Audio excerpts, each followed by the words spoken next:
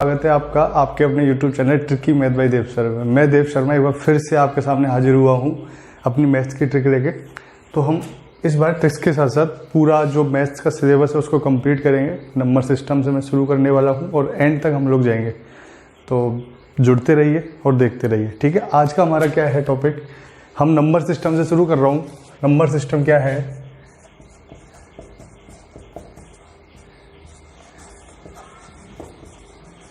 Number system क्या होता है? संख्या पद्धति। संख्या पद्धति से हम लोग शुरू करने वाले हैं। तो संख्या पद्धति में क्या क्या चीज आएगी? सबसे पहले हमें पता चल रहा है संख्याओं को एक सिस्टम में जमाना पड़ेगा। नंबर्स को एक सिस्टम क्या है इनका, उसी को क्या बोलते हैं? Number system. मैथ की शुरुआत यहीं से होती है। संख्याएं, कौन सी संख्या क्या होती है, कैसे होती है। तो सबसे पहले हमको संख्याओं का ज्ञान होना चाहिए कि संख्याएं कौन कौन सी हैं। तो जैसे आप जानते हो, सबसे पहले जैसे आप पैदा हुए होंगे तो उससे पहले जब माँ की कोख में होंगे, माँ की कोख से बाहर आए होंगे, आपने देखा होगा दुनिया में, तो सबसे पहले आपको सिखाया होगा, क्या सिखाया होगा? एक बोलना सिखाया होगा, बेटा 1 2 3 सिखाया था। तो बस वही चीज़, सबसे पहले जो संख्याएं चालू हुई है हमको कहाँ से सिखाई है? 1 से। एक क्या होता है, फिर बोल रहा 2, फिर 3। शुरुआत में आजकल तो इंग्लिश में सिखाते हैं बच्चों को, हिंदी इंग्लिश तो भूल गए सारे लोग। 1 2 3 4। हमें नहीं करना है, हम क्या देखना है कि 1 2 3 4 5 ये जो संख्या यहाँ से चालू हुई है, कहाँ से? 1 से। ये हमको नेचुरली, नेचर से हमको पता चलता है। हमारी मम्मी, जैसे हमारे बचपन छोटे थे, मम्मी ने बोला बता बेटा ये कितने पेन है? 1 पेन है। अब 2 कर दिए, बेटा ये कितने हैं? कि 2 हैं। ठीक है, कहाँ से शुरू किया हमने? 1 से। तो यहाँ से हमने जब शुरू की है तो ये नेचुरली हमको सिखाया गया। तो ये संख्याएं कौन सी हैं? Natural number. इनको बोलते हैं हम प्राकृत संख्याएं। क्या बोलते हैं इनको? प्राकृत संख्या। मतलब प्रकृति से हमको, नेचर से हमने सीखी है संख्याएं। ये है नेचुरल नंबर, प्राकृत संख्याएं। ठीक है, जैसे अब जब थोड़े से हम बड़े हुए होंगे, थोड़े से हमने अपने काम करना, स्कूल जाना शुरू किया होगा, थोड़ापन सीखे होंगे। सबसे पहला स्कूल में मैथ का पेपर लगा होगा आपका, सबसे पहले मैथ का पेपर लिया होगा टीचर ने, पहाड़े लिखवाए होंगे या गिनती लिखवाई होंगी। तो पहले पेपर में अपने कितने नंबर आए थे? 0। कितने में से? 10 में से। ध्यान करो, सबको ध्यान होगा। पहले पेपर में 10 में से कितने नंबर आए थे? 0। तब हमको पता चला कि ये 0 क्या होता है। उसी टाइम हमको बताया गया कि आर्यभट्ट नाम का आदमी आया था। वो हमें क्या, इस 0 का आविष्कार करके गया। वो आर्यभट्ट जो आया था, इस 0 का आविष्कार करके चला गया। उसके बाद तुम भुगतो। अब ये क्या हुआ कि हम जब पता चला कि 0 भी एक संख्या होती है, 0 1 2 3 इस तरीके से आगे चलती हैं, तो 0 लगने के बाद ये सभी संख्या क्या हो गई? पूर्ण हो गई। क्या हो गई? पूर्ण संख्याएं। तो इनको बोलते हैं अपन होल नंबर या पूर्ण संख्या। क्लियर है? पूर्ण संख्या कहाँ से शुरू होती हैं? 0 1 2 3 4 5। कहाँ तक? हाँ, एक चीज आती है, कहाँ तक है ये? तो कुछ लोग बोलते हैं अनंत तक है, कुछ लोग बोलते हैं क्या, कहाँ तक है? अनंत तक। पर क्या आप जानते हो अनंत नाम की कोई चीज़ इस दुनिया में है नहीं। इन्फिनिटी नाम की कोई चीज़ दुनिया में नहीं है। जानते हो आप? नहीं जानते होंगे। ये अनंत कुछ नहीं है। कई लोग क्या बोलते हैं, इसको अनंत तक बोलते हैं, और एक किसी भी संख्या के नीचे 0 आ जाए तो उसको भी क्या बोलते हैं? अनंत बोलते हैं। क्या इसमें जो एंड का वो सबसे एंड में जो अंक आएगा, क्या वो ये आएगा? क्या नहीं आएगा। इसको भी आप अनंत बोल रहे हो, इसको भी आप अनंत बोल रहे हो। बोलते हैं कई लोग जो नए नए कंपटीशन में घुसते हैं, वो इनको अनंत ही बोलते हैं। लेकिन जो थोड़ा बहुत पढ़ लेते हैं, एक आध बार कोचिंग कर लेते हैं, उनको पता चल जाता है कि ये अनंत नाम की कोई जो मैथमेटिकल टर्म है ही नहीं। अनंत नाम से, इन्फिनिटी के नाम से कोई मैथमेटिकल टर्म है ही नहीं। इसको क्या बोलते हैं? अनंत नहीं बोलते, इसको बोलते हैं अनडिफाइंड। अनडिफाइंड मतलब अपरिभाषित। अनडिफाइंड मतलब अपरिभाषित। कि सर कैसे अपरिभाषित? जैसे आजकल आप देखते हो कि आजकल ये जो अंबानी है और आजकल स्पेस एक्स का संस्थापक एलन मस्क है, उनकी जब संपत्ति की बात होती है ना, तो वो अपन को जैसे बताते हैं कि 1000 हुआ, 1000 के बाद लाख हुआ, फिर करोड़ होगा, फिर अरब होगा, फिर खरब होगा। अपन पढ़ते थे, हम शुरू में पढ़ते थे, 90s वाले बच्चों को पता है। लेकिन आजकल क्या हो रहा है, उनको करोड़ों में ही कर दिया। 500 करोड़, 1 लाख करोड़, 2 लाख करोड़, 20 लाख करोड़ का मोदी जी ने उसमें कोरोना में दिया था, सबके पास पहुंच गया होगा। तो बस वही चीज़ आजकल लाख करोड़ों में चीज़ सिमट गई है, करोड़ों में कर देते हैं उसको। अदर आगे की बड़ी यूनिट बना के पीछे करोड़ जोड़ दो, सारा काम हो गया। तो इसलिए आगे का हमको मतलब नहीं है कि आगे क्या आएगा, अनडिफाइंड है, कुछ नहीं पता हमको आगे क्या आएगा, तो उसको बोलते हैं अनडिफाइंड। ये होता है अपरिभाषित। क्लियर है? अब देखो आगे, ये हो गई प्राकृत संख्याएं और ये हो गई पूर्ण संख्याएं। आप बोलोगे सर ये क्या काम आती हैं? ये प्राकृत संख्या पूर्ण संख्या हमारे काम क्या आएंगी? ये प्राकृत संख्या पूर्ण संख्या हमारे काम में क्या आएंगी? देखो जैसे आप जानते हैं, नहीं जानते हैं तो देख लो, 1 से n तक की संख्याओं का योग का फॉर्मूला होता है n into n plus 1/2।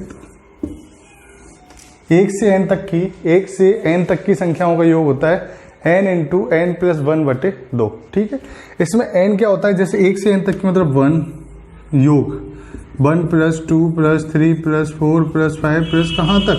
n तक की संख्याओं का योग क्या होगा? n into n plus 1/2। Clear है?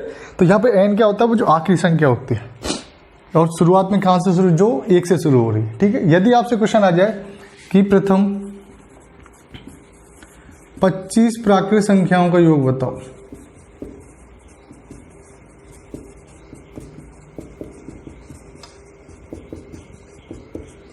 क्या पूछ लिया? प्रथम 25 प्राकृत संख्याओं का योग बताओ। तो हमको पहले तो ये पता होना चाहिए कि प्राकृत संख्याएं कौन सी होती हैं, फिर उसमें भी जो फर्स्ट 25 जो प्राकृत संख्याएं हैं उनका क्या करना है? हमको योग करना है। ठीक है, तो हम पहले क्या किया? प्राकृत संख्या हम जानते हैं कहाँ से शुरू होती हैं? 1 से। अब प्रथम 25 कहाँ तक चलेंगी? 25 तक। वहां तक का हमको क्या निकालना है? इनका टोटल निकालना है। क्या है अपने पास? n की वैल्यू कितनी है? 25। n प्लस 1 की वैल्यू कितनी है? 26/2 या 25 इंटू 26/2। 2 से कितनी बार? 13 बार। 26 से 325। इन संख्याओं का टोटल कितना आ गया? 325। देखा आपने, प्रथम 25 प्राकृत संख्याओं का योग पूछा, हमने फॉर्मूला यूज किया n इंटू n प्लस 1। तो 25 इंटू 26/2, 2 से 26 13 बार कटा, 13 इंटू 25 करेंगे, कितना आ गया? 325। यही क्वेश्चन इस प्रकार होता कि प्रथम 25 पूर्ण संख्याओं, यदि इसमें प्राकृत संख्याओं की जगह यदि पूर्ण संख्या होता, क्या होता? पूर्ण। प्राकृत संख्याओं की जगह यदि ये होता प्रथम 25 पूर्ण संख्याओं का योग बताओ, तो हम किस तरीके से करते? देखो पूर्ण संख्याएं कहां से शुरू हैं? 0 से। और प्रथम 25 पूर्ण संख्या कहां खत्म हो जाती? एक इधर बढ़ा के देंगे तो एक इधर कम हो जाएगी। कितनी पे? 24 पे प्रथम 25 पूर्ण संख्या खत्म हो गई नहीं होगी? तो अब यहाँ अपना फॉर्मूला सेम रहेगा, लेकिन अपनी जो डिजिट्स है, फॉर्मूला अपना सेम रहेगा, लेकिन अपनी जो डिजिट्स हैं वो क्या हो जाएंगी? चेंज हो जाएंगी। कैसे चेंज होंगी? देखो 0 को किसी संख्या में जोड़ते हुए फर्क आता है कि नहीं आता है? ठीक है, यहाँ भी नहीं आएगा। तो 1 से लेके 24 तक, 1 से n तक की संख्याओं का योग का फॉर्मूला ये है। तो 1 से 24 तक के क्या हो गया? 24 इंटू 25/2। 2 से कितनी? 12 बार।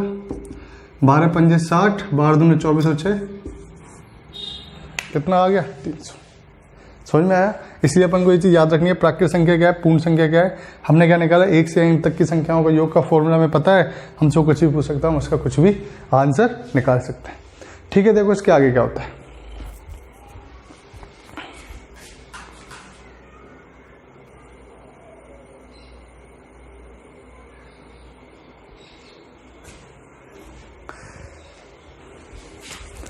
देखिए अब अगली संख्या क्या है अपनी? परिमेय संख्या। परिमेय संख्या क्या होती है? देखो परिमेय संख्या, यह इसको बोलते हैं अपन रेशनल नंबर। रेशनल नंबर में क्या होता है कि वे संख्याएं जिनको p/q की फॉर्म में लिख सकें, मतलब अंश बटे हर की फॉर्म में लिख सकें, अंश बटे हर की फॉर्म में लिख सकें, एक अंश बाकायदा एक अंश हो और एक हर हो, उसको क्या बोलते हैं? परिमेय संख्या बोलते हैं, रेशनल नंबर बोलते हैं, जिनको p/q की फॉर्म में लिख सकें। हमेशा ध्यान रखना q is not equal to 0। q की वैल्यू कभी भी 0 नहीं होगी। क्यों नहीं होगी पता है आपको? कई बार आपने देखा होगा जब आप स्कूलिंग में होंगे तब आपको कई बार ये इक्वेशन दिखाई जाती है 1 + x + 2 + 1 + x + 5 बराबर 13। Then what is the value of x but x not equal to -2 और -5। x नॉट इक्वल टू -2 और -5। क्या मतलब है इसका? कि x का मान कभी भी -2 या -5 नहीं हो, क्योंकि x का मान कभी -2 हो गया तो ये कट गए, क्या हो गया? 0। 1/0 मैंने बताया था 1/0 क्या होता है? इनडिफाइंड। कोई परिभाषित नहीं कर सकते इसको, कुछ है ही नहीं ये चीज़ मैथ में एग्जिस्ट करती नहीं है। किसी भी संख्या के नीचे 0 यदि आ गई तो वो मैथ में एग्जिस्ट नहीं करती। समझ में आ गया? बस इतनी सी चीज ध्यान रखिए। बेस संख्याएं जिनको P बटे Q की फॉर्म में लिख सके, जैसे मैंने बोला 2 है, क्या रेशनल नंबर है? हाँ है, इसको मैं 2/1 लिख सकता हूँ। मैंने बोला 0.2 है, क्या है? बिल्कुल है, इसको मैं 2/10 या 1/5 लिख सकता हूँ ना। जैसे मैंने बोला 0, क्या 0 है? हाँ है, 0 के नीचे कुछ भी लगा दो 0 रहेगा, कुछ भी लिख सकता हूँ, 0/1 लिख सकता हूँ, 0/2 लिख सकता हूँ, 0/8 लिख सकता हूँ, कुछ भी लिख सकता हूँ। मैंने बोला 0.8 बार, ये चीज़ भी हम कंसेप्ट पढ़ेंगे। अब बार वाले में क्या होता है, इसकी वैल्यू आती है 8/9। कैसे आती है मैं आपको बता दूंगा। वैसे आप ध्यान करो, पॉइंट के बाद जब बार आ रहा है तो जितनी संख्या के ऊपर बार आ रहा है वो संख्या को लिखो, बटे उतने ही क्या लिख दो, 9 लिख दो। तो क्या हो गया 8/9, ये भी है। यदि आपके पास आ गया, यदि आपसे पूछ लिया 3.14, केवल इतना ही पूछा, या फिर केवल इतना पूछा, देखो इसको रुको, आपसे केवल ये पूछा कि 22/7 क्या परिमेय है? हाँ है, 22/7 परिमेय है। 22 में अपन ये P बटे Q की फॉर्म में है तो ये परिमेय है। लेकिन यदि आपसे पूछा जाए कि पाई, क्या पाई परिमेय है? पाई या पाई आर स्क्वायर 2πr आपने पढ़ा होगा, पाई जो अपने क्षेत्रफलों में आता है, इनमें आता है, क्या ये है? ये परिमेय नहीं है। तो कुछ लोग बोलेंगे सर पाई की वैल्यू होती है 22/7, तो परिमेय होना चाहिए, 22/7 परिमेय है। लेकिन ना तो ये इसकी ओरिजिनल वैल्यू है, ना इसकी ओरिजिनल वैल्यू 3.14 है। ये दोनों इसकी अप्रोक्स वैल्यूज है। क्या है? लगभग मान है। केवल आंसर निकालने के लिए इन वैल्यूज को यूज किया गया है, ठीक है। तो ये इसकी ओरिजिनल वैल्यू नहीं है, तो अपन इनका यूज नहीं करेंगे। तो पाई हमेशा क्या होता है, अपना परिमेय नहीं होता। और इसमें अगली क्या होगी, अपरिमेय, जिनको P बटे Q फॉर्म में नहीं देख सकते। तो ये कैसी है? अपरिमेय। क्लियर है? आगे देखो,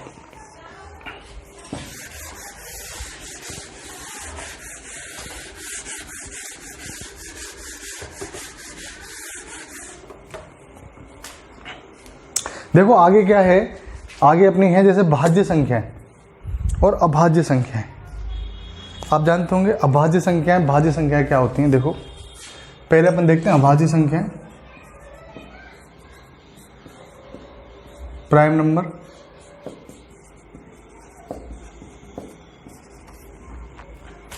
प्राइम नंबर में क्या होता है, अभाज्य संख्याओं में क्या होता है, बे संख्याएं, सबने पढ़ा होगा इसके बारे में कि बे संख्याएं जो 1 से तथा स्वयं से विभाजित हों।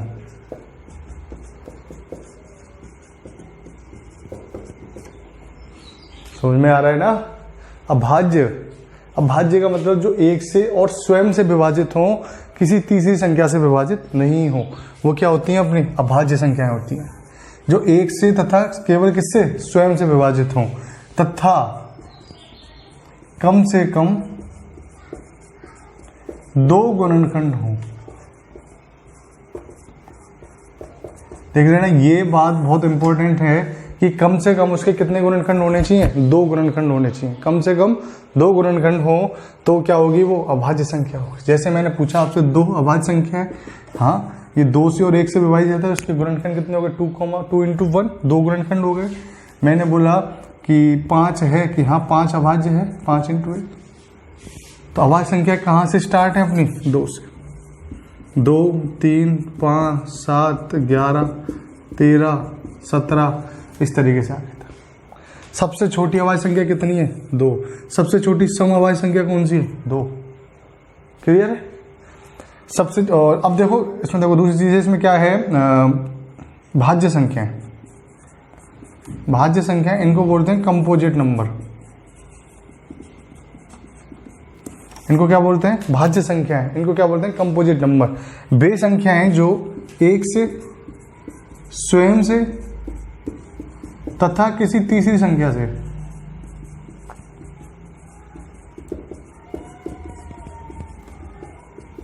वे संख्याएं जो 1 से, स्वयं से तथा किसी तीसरी संख्या से विभाजित हो सके, तथा इसके मिनिमम कितने गुणनखंड हो, मिनिमम 3 गुणनखंड, मिनिमम 3 गुणनखंड होने चाहिए, तभी वो संख्या क्या होगी, भाज्य संख्या। कैसे? जैसे मैंने बोला कि 6 है, 6 का क्या होगा, 1 × 2 × 3 गुणनखंड हो गए। वो देख खुद से, 1 से भी है, किसी अन्य से भी है, खुद से भी विभाजित है, 6 से भी विभाजित है।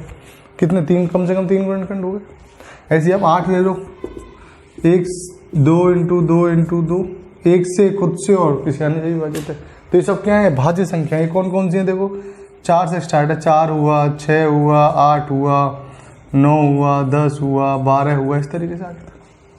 तो आपने देखा 2 से तो ये स्टार्ट है, 4 से स्टार्ट है, लेकिन 1 कहाँ है, 1 भाज्य है या अभाज्य है, बताइए। एक जो संख्या 1 है वो भाज्य है अभाज्य है? 1 ना तो भाज्य है ना ही अभाज्य है। उसका कारण है क्यों, क्योंकि 1 के गुणनखंड कितने होंगे, 1 इंटू 1 इंटू 1, कितनी बारी करोगे 1 ही आएगा, तो इसका गुणनखंड कितना, 1। तो ना तो इसके गुणनखंड कितने, कम से कम 2, ना इसके गुणनखंड कम से कम कितने, 3। तो ये संख्या ना तो भाज्य है और ना ही अभाज्य। तो कभी भी आपसे कोई पूछे कि 1 भाज्य है या अभाज्य, तो आप बोल तो दोगे कि वो ना भाज्य है ना अभाज्य है, लेकिन अगर आपसे कारण पूछ लिया गया तो कारण आप क्या दोगे कि 1 के ना तो 2 गुणनखंड है और ना ही 3 गुणनखंड है। तो अभाज्य के लिए कम से कम 2 गुणनखंड होना जरूरी है और भाज्य के लिए कम से कम 3 गुणनखंड होना जरूरी है। क्लियर है? आगे देखते हैं। अपन को अभाज्य और भाज्य तो आगे। अब जैसे हमें क्वेश्चन पूछा गया कि गुणनखंडों की संख्या बताओ, गुणनखंडों की संख्या कैसे निकालते हैं, देखो गुणनखंडों की संख्या मतलब जो उसके गुणनखंड हैं उनकी घातों में 1 जोड़कर, देखो गुणनखंडों की संख्या बराबर घात प्लस 1। कैसे यूज करेंगे इसको, जैसे आपसे पूछा 240 के गुणनखंडों की संख्या बताओ।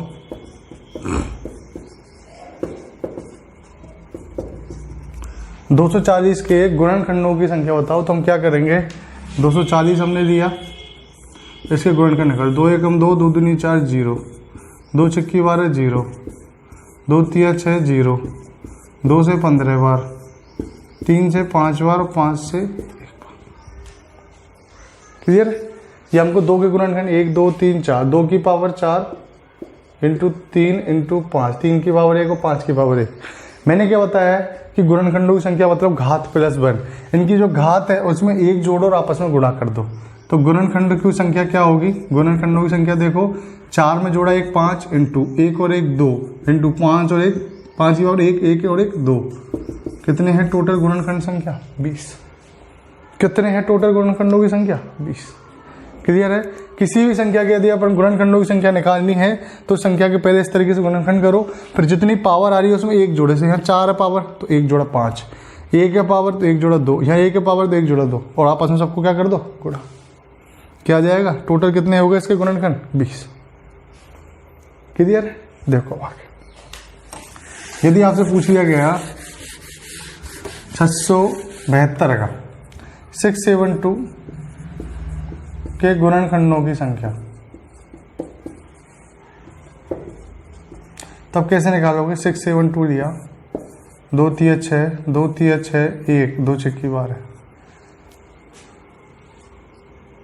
2 तिया 6, 2 तिया 6 2 छक्की, ठीक है। 2 से फिर 2 एकम 2, 2 छक्की 12 1, 2 अट्ठे 16, 2 अट्ठे 16, 2 चौकू 8, 2 चौकू 8, 2 दूनी 4, 21 दूना 42, 3 सत्ते 21 और 7 एकम 7। तो इसके गुणनखंडों की संख्या कितनी, देखो 2 की पावर 1 2 3 4 5, 2 की पावर 5 इंटू 3 की पावर 1 इंटू 7 की पावर 1, तो क्या हो जाएगा 6 इंटू, टोटल गुणनखंडों की संख्या कितनी है इसकी, 24। समझ में आ रहा है? जैसे 2 की पावर 5 है तो 5 से 1 ज़्यादा कितना हो गया 6, 3 की पावर 1 है 1 के 2, 1 से ज़्यादा कितना हो गया 2, 7 की पावर 1 का 2 3 6 दूनी 12 दूना 24। क्लियर है? तो ये अपना क्या हो गया, गुणनखंडों की संख्या।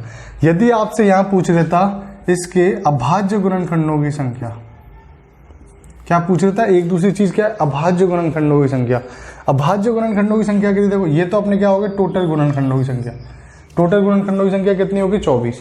लेकिन आपसे पूछता केवल इसमें अभाज्य गुणनखंडों की संख्या बताओ। क्लियर है? तो अभाज्य गुणनखंडों की संख्या क्या होगी कि अपन ने दो इनको सबसे पहले अभाज्य, जो अपने अभाज्य संख्या है उनकी पावरों में तोड़ दिया, 2 की पावर 5, 3 की पावर 1 और 7 की पावर 1। यदि यहाँ मैं इनके अभाज्य गुणनखंडों की संख्या निकालूंगा, अभाज्य गुणनखंडों की संख्या, कि जो इनके अभाज्य संख्याएं हैं जैसे 2 3 7 ये अभाज्य संख्याएं तो हैं, इनकी जितनी भी पावर है उन सबको जोड़ लो, 5 और 1 6 और 1 7, 5 + 1 + 1, इसके अभाज्य गुणनखंडों की संख्या कितनी है 7। इसके अभाज्य गुणनखंडों की संख्या टोटल कितनी है? 7। क्लियर है?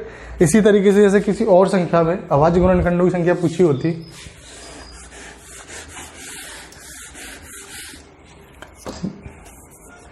जैसे आपसे पूछ लिया गया 625 नहीं, जैसे 1320 में अभाज्य गुणनखंडों की संख्या होता 2 छिक्की 12, 1 2 छिक्की 12, 2 तिया 6, 2 तिया 6, 3 से 110 बार,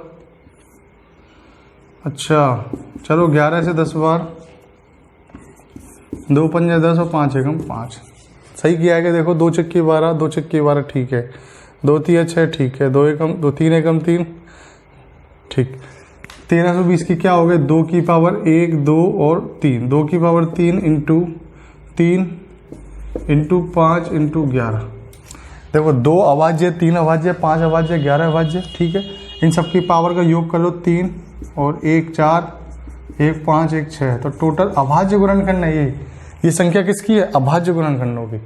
अगर इसके सभी टोटल की पूछी जाती तो क्या होती? 4 इंटू 2 इंटू 2 इंटू 2, 32। टोटल तो इसमें कितने हैं? 32, लेकिन अभाज्य की पूछ रहा है केवल, तो अभाज्य कितने हैं इसमें? 6। समझ में आया? अभाज्य संख्याओं की जो पावर है उनको क्या कर लो? जोड़ लो, सिंपल।